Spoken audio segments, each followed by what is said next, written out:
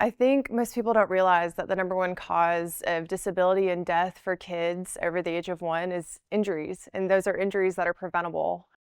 There are quite a few. The top 3 that we wanted to highlight this year are firearm injuries, unintentional ingestions, and ATV accidents here in Alabama.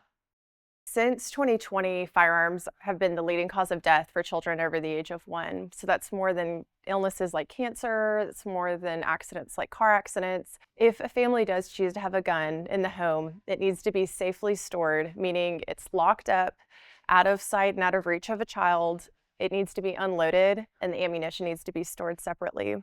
And the reason this is important this time of year is we're usually traveling, spending time with family and friends. A child comes to the ER every 10 minutes in the United States for an ingestion of some sort. A lot of times it's medication that they're not supposed to have, that's medication owned by other family members in the home, or even things like cleaning supplies, fertilizers. So everything should be locked up. We say once a child starts crawling, once you have a kiddo who's moving around on their own, we encourage parents to actually crawl on their hands and knees around their homes and see what's accessible to my kid. Things like cleaning supplies should be stored on high shelves and locked up. And we really encourage families to get medication lock boxes. It's also helpful to keep storing medications in their original packaging. So not putting things in pill baggies, leaving that lying around purses or diaper bags, and remembering to remind grandparents and family members to do the same thing. We unfortunately see a very high number of ATV accidents in our kids in our region, especially over the holidays. These are motorized vehicles, just like a car. So you have to follow the safety regulations for those vehicles. Kids should always be wearing a helmet when they're riding.